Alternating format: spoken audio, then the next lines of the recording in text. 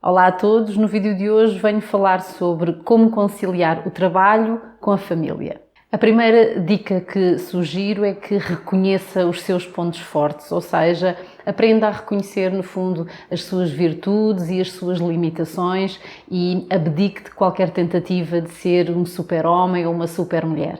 Uma das coisas que mais nos prejudica no nosso dia-a-dia e em concreto na vida familiar é efetivamente aqui a tentativa de correspondermos às expectativas de pessoas que muitas vezes nem sequer são verdadeiramente importantes para nós e a tentativa, no fundo, de conseguirmos fazer rigorosamente tudo aquilo que há para fazer dentro de uma casa. Não tem de ser assim. Não tem de ser assim para os homens, não tem de ser assim para as mulheres. Se não sabe cozinhar ou se o seu companheiro ou a sua companheira cozinha 1000 vezes melhor do que você, pois que assim seja. Ou seja, que seja a outra pessoa a desempenhar essa tarefa pela qual tem mais gosto ou para a qual tem mais jeito.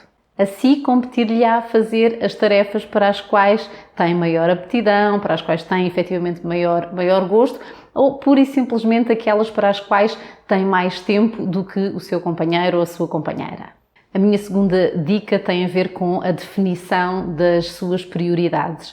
É fundamental que defina aquilo que é verdadeiramente importante para si e é fundamental que aprenda, no fundo, aqui a reconhecer também as tarefas, as atividades que são genuinamente urgentes e aquelas que não o são. Não chega a elaborar listas de tarefas, não chega a anotar tudo aquilo que tem para fazer.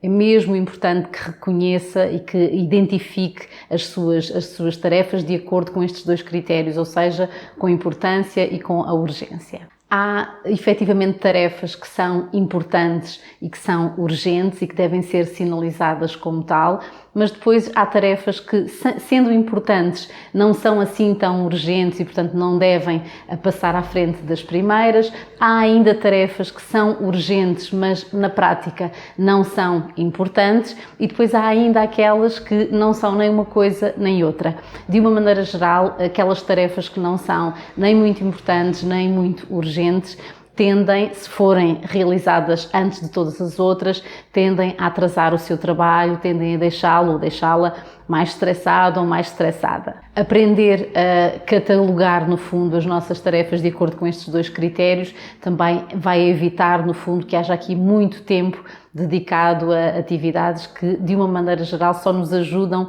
a procrastinar.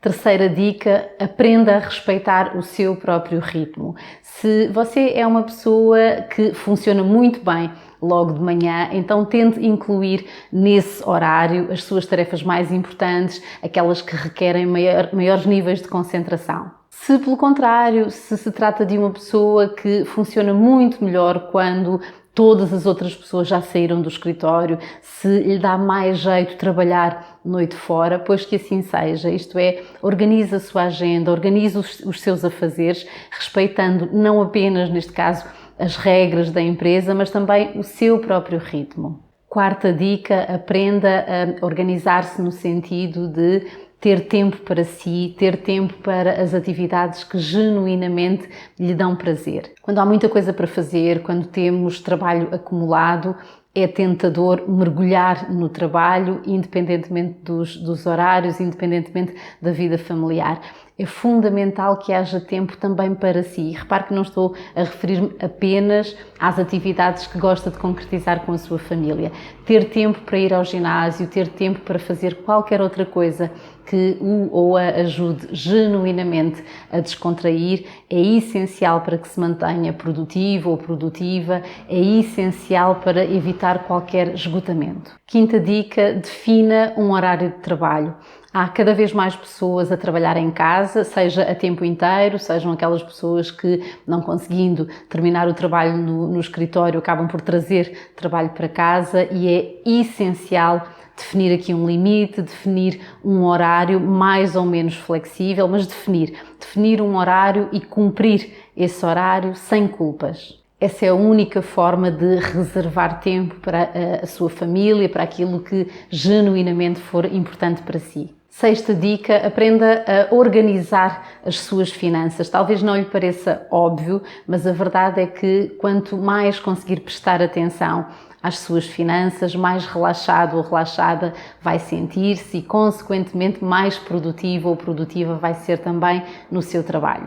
É essencial aprender a monitorizar as suas despesas e, se for possível, procure aqui definir por categorias quanto é que quer ou quanto é que pode gastar em relação a cada uma. No fundo, defina plafons e mantenha-se fiel aos seus planos, porque isso vai deixá-lo ou deixá-la seguramente mais relaxado ou mais relaxada. Quanto mais confiante se sentir nesta área, maior é a probabilidade de conseguir usufruir em pleno dos momentos em família, sem culpas, no fundo, sem ter a cabeça cheia por considerar que não está a fazer aquilo que pode para fazer face às suas despesas. Sétima dica: organize a sua agenda a longo prazo. Procure definir prazos para cada uma das suas metas, para cada um dos seus projetos e, em função disso, tente também organizar a sua agenda semanal, no fundo distribuindo um determinado número de horas para cada tarefa específica.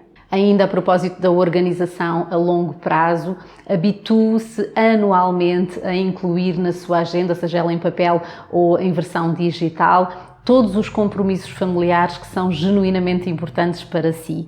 Em função disso, pode ainda definir aqui alguns lembretes que possam contribuir para uma melhor organização. Por exemplo, imagine que, a propósito do Dia da Mãe ou do Dia do Pai, possa definir um lembrete para o fim de semana imediatamente anterior, no sentido de poder planear com tempo o presente que gostaria de oferecer ao seu familiar. Dica número 8, recorra à ajuda da tecnologia sempre que isso for possível. Por exemplo, a propósito da multiplicidade de reuniões que muitas pessoas têm semanalmente, procure refletir se há ou não a possibilidade de realizar algumas dessas reuniões por via digital, através do Skype ou de outra ferramenta e, em função disso, no fundo, poupar tempo, quilómetros e, quem sabe, também dinheiro. A tecnologia pode ajudar-nos também, por exemplo, através dos nossos telemóveis, é através deles que nós podemos já hoje organizar as nossas listas de compras, listas de tarefas ou ainda editar rapidamente algum documento. É fundamental que consigamos recorrer a esta ajuda, mas sem sabotar, no fundo, o tempo em família. Dica número 9, monitorize o tempo que dedica a cada tarefa. Felizmente, há cada vez mais ferramentas, cada vez mais software, no fundo, para tudo e mais alguma coisa. Hoje em dia há software que nos ajuda, por exemplo, a medir de forma precisa o tempo que gastamos em média a realizar, a concretizar cada uma das tarefas que temos por concretizar habitualmente. Essa monitorização pode efetivamente ajudar-nos aqui a fazer um planeamento, sobretudo das nossas semanas, dos nossos dias, de forma mais precisa. Também há software que nos pode ajudar a controlar, sobretudo, o tempo que dedicamos a tarefas não tão importantes. Há inclusivamente software que nos ajuda, no fundo, aqui a controlar o tempo que dedicamos às redes sociais ou, pura e simplesmente, a navegar na internet, sem que isso corresponda aqui a nenhuma necessidade profissional. Dica número 10. Tente acalmar a sua mente. A verdade é que nós vivemos cada vez mais num ritmo frenético e isso acaba por refletir-se na nossa mente. De uma maneira geral, nós sentimos-nos sobreestimulados, sentimos-nos muito cansados e é um bocadinho como se não conseguíssemos que a nossa mente parasse de pensar, como se mesmo nos eventos familiares, nas alturas em que gostaríamos de estar relaxados, não conseguíssemos aqui desligar o interruptor em relação a tudo quanto temos para fazer em relação ao trabalho. Então, quanto mais nós conseguirmos controlar este stress, esta ansiedade, mais relaxados nós vamos efetivamente sentir-nos, mais produtivos nós vamos estar e, em função disso, vamos conseguir usufruir dos nossos compromissos familiares de uma forma completamente diferente. Há algumas ferramentas que nos podem efetivamente ajudar aqui a acalmar a mente, incluem, pura e simplesmente, algumas pausas no nosso dia. Podem ser pausas para meditar e a meditação em modo mindfulness é excelente precisamente para treinarmos a nossa mente, para conseguirmos acalmar a nossa mente, mas há outras pausas que podem ser igualmente frutíferas. na prática se nos habituarmos, por exemplo, de forma regular a interromper o nosso trabalho e, sobretudo, as tarefas que requeiram maiores níveis de concentração. Se nos habituarmos a fazer aqui algumas pausas, pura e simplesmente para relaxar, para concretizar uma tarefa relativamente curta, mas que nos ajude efetivamente a desligar e a relaxar, mais provavelmente nós vamos conseguir, no fundo, voltar à resolução de problemas com maior disponibilidade, com maior atenção também. Nestas pausas nós também podemos pura e simplesmente recorrer às pessoas que estão à nossa volta, em quem confiamos, para termos uma conversa que sirva aqui de fonte de suporte, fonte de apoio. Muitas vezes isso é efetivamente quanto baste para que nos sintamos menos ansiosos e, em função disso, produzamos mais e também, em função disso, consigamos estar mais relaxados em família.